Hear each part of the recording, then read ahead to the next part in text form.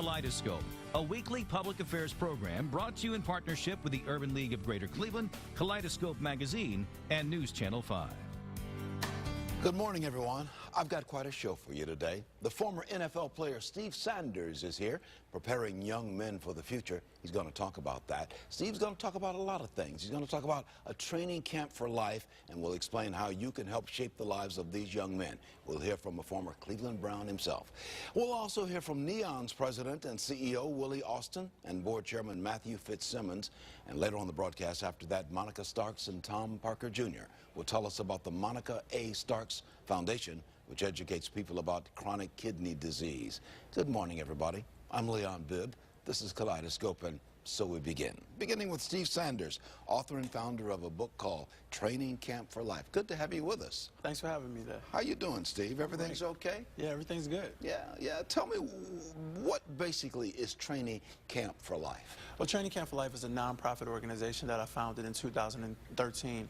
And basically what we do is we inspire, impact, and influence young men in sports and in life. So we try to focus on giving them the principles and tools to be successful in life. And you are calling upon your history as being a successful NFL football player. Absolutely, yeah. I take those principles and values that I learned from playing in professional and also in college as well, and then I just instilled them as principles and values and core values for young men. Yeah. You played for 5 years with the Cleveland Browns, the Detroit Lions, and the Arizona Cardinals. Yeah, it's a great time. Yeah, great time as a wide receiver. What did you learn when you grew up in Cleveland, so you were a Cleveland Browns fan even before you put on the uniform. Yeah. What did you learn playing professional football that you translate over to Training Camp for Life? The first thing I learned was work ethic. You know, you have to come to work every day. You have to put your work hat on and be focused and be disciplined enough to be able to pursue becoming a professional athlete. But that's anything you do in life. The second thing I learned is dedication. You have to commit yourself and be dedicated in everything that you do. And again, I apply that to everything that I do in my life. Yeah, we'll get a shot of the book right here, Training Camp for Life by Steve Sanders, who grew up in Cleveland here and who still lives in Cleveland. And you and I have been on some panel discussions together. What do you want young people to fully understand, and how can they better their lives? Well, one of the challenges is that young people, especially young men, we don't read enough. And one of the things I try to do is use my story and how I had to overcome reading at a 4th grade level while I was in college, and overcoming that adversity and then going on to graduate from college. So I use that story to tell them that the greatest thing I've ever done in my life was graduate from college, not playing the NFL. So many young people want to go on to the NFL or NBA or, you know, achieve some type of success through a sport, but ultimately there's so many other things that we can be successful at. And that's what I try to push to them and try to instill values in them. My notes to tell me right here, there's something called the 100 for 100 campaign. What is that, Steve? So the 100 for 100 campaign, again, is us, the nonprofit organization, pushing the fact that literacy is important. So our goal is actually to give away 10,000 books, 10,000 copies of Training Camp for Life across Northeast Ohio to be able to start 100 youth mentoring and reading literacy initiative programs for young people. And we partner with nonprofit organizations, churches, schools, or anybody that's having a hub or housing of young people that they're impacting. Now, this book is really kind of a step-by-step on how to find success in life, or how to live your life as I believe success will find you if you do the right things. Absolutely. One of the things you write here is, I allowed my selfish behavior and emotional immaturity to get the best of me and reacted poorly when things didn't go my way. Yeah, absolutely. I do a lot of reflecting, and you know, I don't look back in a sense to look at regret things that I've done, but I look at them so that I can make better decisions moving forward in the future. And that statement right there was me reflecting back on past mistakes that I've made and how I was immature in the past. And I use that to fuel me to be a better person and a better man as I move forward in my life today. Where do you talk to young people with your foundation here? I'm actually just started a partnership with CMSD, and we have a pilot program over Cleveland schools. Cleveland school systems, and then we have a pilot program over at Miles Park Elementary. So that's one school that we're at right now, and hopefully we'll be in many more. But we do workshops all across the city, and we also do things with colleges and University of Tennessee, Eastern Kentucky, and we've been to Mexico as well, international. So we do a lot of things as far as motivational speaking, workshops, and then we also have the programs of our workbook curriculum that we use. Right there on the red page there. Read that. That's just a hand. And these are your words. Read what you wrote there. Well, success is a process, not an end result. What's that mean? Oftentimes, especially our young people, think that success is a place that you get to. And ultimately, if you get to a place of success in life, if you don't enjoy the process that it took to get there, then you'll overlook the fact that you reached the place that ultimately you've worked your whole life to, or a certain amount of time of your life to get to and accomplish this goal you have in life. So ultimately, focus on the process, and the success will come. And if you do that, all of these things will fall into place. Let's talk a little bit about how people can get in touch with you. I want to put a phone number on the screen, and this is the phone number to get in touch with Steve about Training Camp for Life. 440-681-8235. You see that at the bottom of the screen. Or go to trainingcampforlife.org. trainingcampforlife.org. What happens when people go to this website or make that phone call? They're going to see all of the initiatives, the programs in detail. You know, we get to give them a short glimpse here on this airing, but they get to go and actually look at all of the things that we're doing, video clips, see the programs, see the initiatives, the campaigns, all of the impact that we're making across the state, but also ultimately across the country. Steve, I appreciate you being on the broadcast. Thank you so much. Thank you good to see you. Steve Sanders, we've been on programs before, and it's always good to see you, my friend. Always good to see you. Steve Sanders, author and founder of the book called Training Camp for Life. You want to get in touch with him, there's a phone number at the bottom of the screen. I'm going to go out on this one thing, just a short statement. It's not about the moment, it's about the preparation for the moment. Amen? Amen. Amen. Absolutely. Okay, thank you, Steve. All right, great. I'm going to take a break. And by the way, where can we get the book? You can get the book online at Training Camp for Life, but I know everybody is on social media, so you can follow me at Steve Sanders 365. Got you, Steve. All right. Okay, my friend. Absolutely. Take care. I'll be right back. This is Kaleidoscope. Back in a moment. You're in touch with Kaleidoscope. Good to have you with us as well. Northeast Ohio Neighborhood Health Services, or NEON as it is called, provides a variety of health services at 7 locations around Northeast Ohio. Its president, Willie Austin, and its board chairman, Matthew Fitzsimmons, are here to tell us more about the organization. Willie Austin on the right and Matthew Fitzsimmons seated on the left. Gentlemen, good to have you with us. Thank you. Willie, good morning. Refresh us on the mission of what NEON does. Well, NEON had its beginning as Huff Norwood in 1967. We are a federally qualified community health center, and we provide outpatient services. We like to think of ourselves as a one-stop shop in that we have a cadre of services, internal medicine, pediatrics, OBGYN, optometry, podiatry, dental services, behavioral services, social services, just to name a few. Whatever you need is in there. Is in there. It's somewhere. All designed to meet the patient need and to be convenient to them. Matthew Fitzsimmons, you were telling me before we started the broadcast that you've been with the organization for more than 20 years as a member of the board, and you've been the chairman for the last 5 years or so. What keeps you involved in this? Why do you do this? Well, it's important work that needs to be done. You know, many people in the community, you know, lack health insurance, and sometimes our clinics are the only place where they can get high quality, you know, primary medical and dental care. And you know, there's a growing need as each year goes by for this.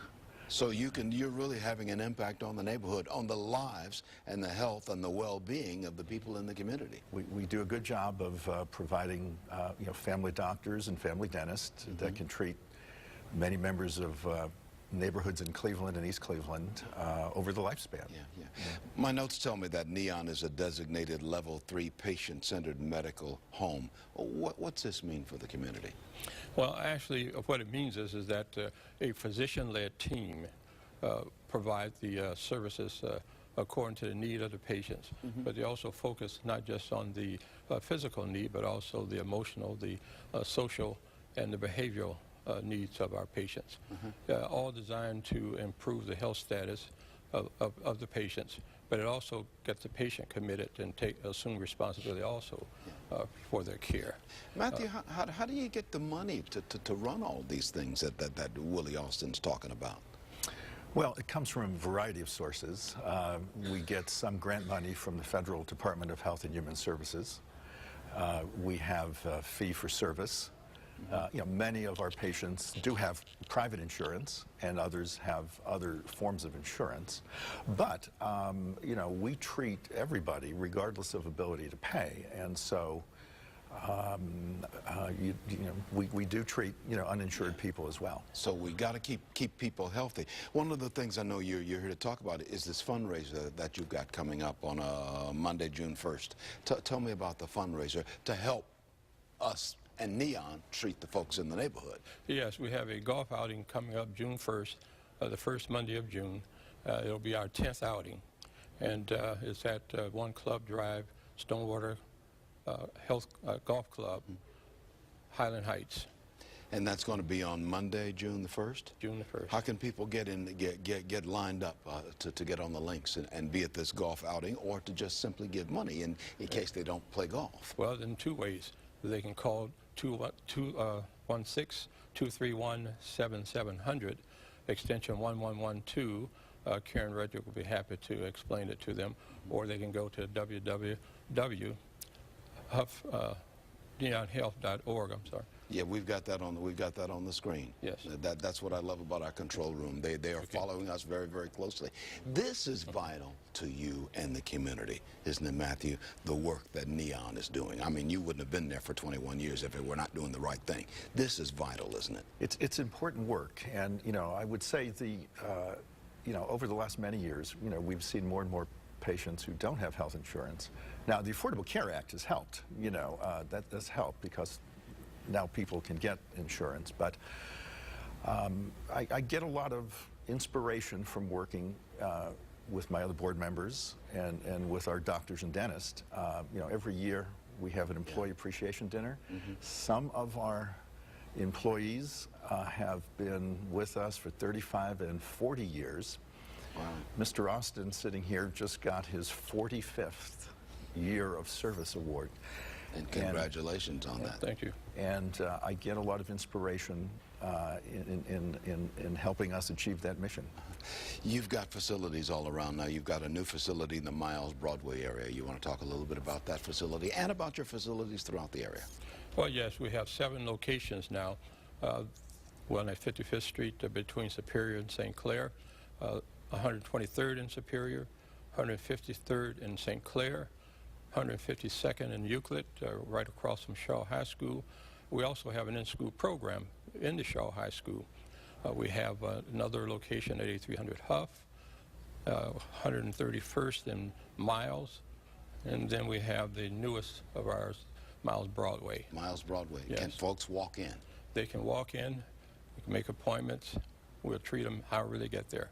Well, we appreciate what you do, Willie Austin, President and CEO of Neon, and thank you for your 45 years with the organization as well. Matthew Fitzsimmons, Chairman, Board of Directors for Neon, 21 years with the organization, 5 years as its Chairman of the Board.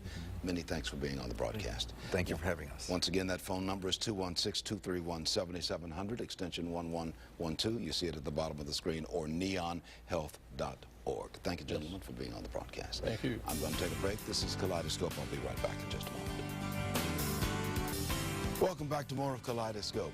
Monica Starks is founder of the Monica A. Starks Foundation. Her goal is to spread awareness about chronic kidney disease. Monica and her son are both here to talk about the mission of the organization and will share her experience living with chronic kidney disease. We welcome Monica Starks and Tom Parker, Jr. Good to have you both with us. Thanks for having us. Monica, tell me about the Monica Starks Foundation, named after you, Monica Starks. Yes, it's in its infancy. It's something that I'm very passionate about. For the last couple of years, I've been an advocate, and I speak in the community about the risk factors for kidney disease and share my story of living with kidney disease since 1999. How are you doing? I'm doing well. I'm doing well.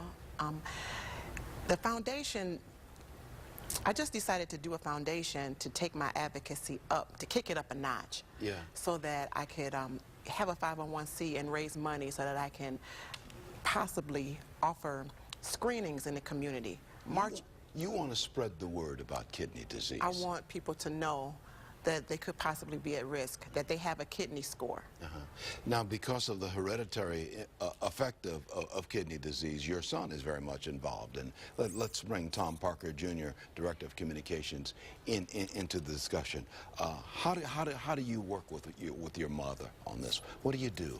Well, I spread the mission, I spread the vision, and I'm just here to help her push her vision and help her get people to know about what's going on with their kidney. That's my job, and I'm going to do as best as I can. So you monitor your situation very closely because of your mother's...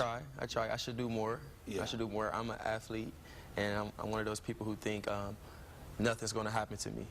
And that's why I think I'll do good with this. I want people to know that you can have kidney disease. You can, so just check it out. Check it out. Find your score. Yeah. Your personal experiences, you told me that you're doing fairly well right now, but you have been living with chronic kidney problems for a long time. Yes, I was diagnosed at age 27 in 1999, and I was unaware that we had a family history of kidney disease. I didn't realize I had a cousin living in Shaker Heights at the time who was also suffering from kidney disease. And I didn't understand why our family didn't talk about this illness that spread through our family. My grandmother's mother died from kidney disease, and her mother's sister also died from kidney disease. So we have a long stretch of this particular kidney disease in our family, and no one knew it. Well, I didn't know.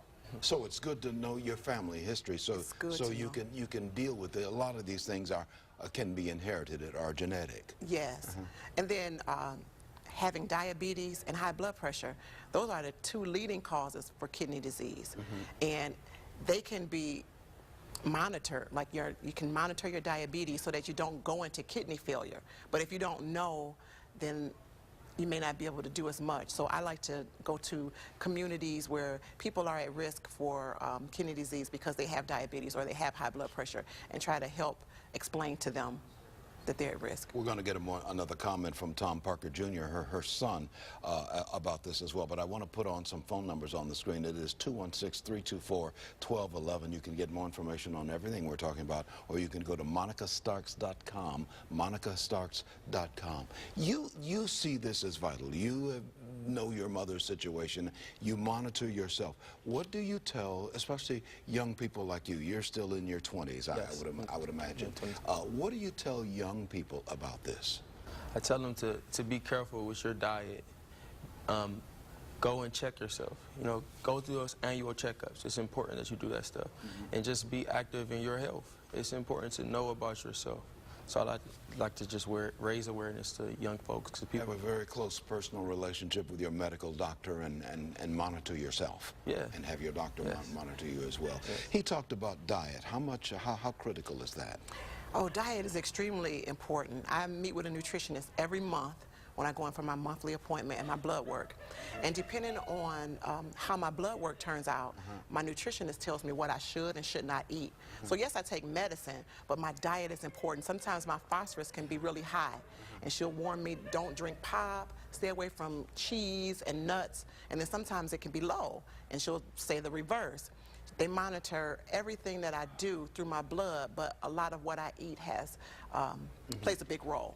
So that's what the foundation is doing, the Monica A. Starks Foundation, named after you. What it does is try to get this word out, try to get information out there to everybody. Are you on the speaking tour, that kind of thing? You speak in various organizations? I speak everywhere someone will allow me to speak. So if people give you a call, they can link up with you? Yes. Yeah. Yes, I speak at churches or community events. I just recently did an event at Cleveland State University, March 19th, during Kidney Disease Awareness Month. And you too, Tom, you go along with Mom? Yes, I'm with her all the time. Okay. Let's put that phone number on the screen again, 216-324-1211, or you can go to monicastarks.com. We wish you well, Monica. Thank you so much. Thank you so much for being on the broadcast. Thanks for having me. And glad to see you're doing okay. Hanging in there. Yes, I'm trying. Yeah, you too, young Tom. Good to see you too. Thank you. Nice to meet you. Tom Parker. I'm going to take a break. This is Kaleidoscope. In a moment, Marsha Maccabee of the Urban League with some final thoughts after this.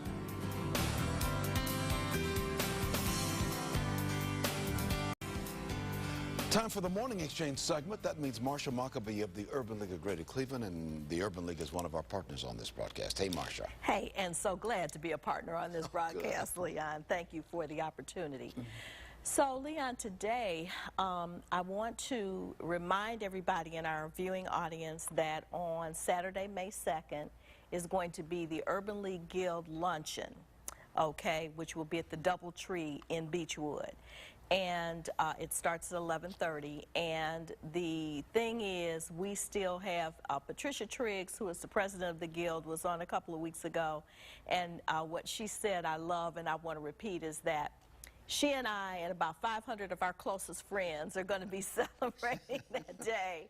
And, you know, this luncheon is really, you know, you're always with us at our Equal Opportunity Day luncheon, which is sort of our corporate level, right, you know, big fundraiser. But this is more of a community kind of fundraising event. And, you know, the tickets are a reasonable cost. They're $45. There's going to be great entertainment, and it's a wonderful way to celebrate Mother's Day a week ahead of time. So I want to encourage our listening audience to bring your sisters, bring your mom, have a wonderful Women's Day. Men come too, and they're certainly welcome. But it is going to be a wonderful time, and they can purchase tickets. You all can purchase tickets online by going to the Urban League website at www.ulcleveland.org. ulcleveland.org. Correct. Yeah, and that's going to be Saturday, May the what? 2nd. May the 2nd at the DoubleTree Hotel, which is on Park East. Correct. In Beechwood, which runs right off of Chagrin Boulevard, right near the I-271 interstate. Absolutely. Yeah. So this is always a big thing for you. I mean, this is giving, again, giving back to the community and thanking a lot of those people who've been involved. Absolutely. Yeah, and a lot of our members are there. So we want to keep them engaged with the Urban League and let them know what we're doing. And the Guild is a wonderful auxiliary of the Urban League that's really helping us to keep a wonderful community presence. And Pat Triggs, our president, is doing a wonderful job. In our final 10 seconds, the Urban League is doing well, breathing on its own and doing quite well. Yes, I think we're off of life support and moving forward. That was some years ago. Yes, some years ago, and we're moving forward, and we're excited. Okay. Good to have you on the broadcast. Thank you. That's going to do it for us. Take care, everybody, and be well. Kaleidoscope, a weekly public affairs program brought to you in partnership with the Urban League of Greater Cleveland, Kaleidoscope Magazine, and NewsChannel 5.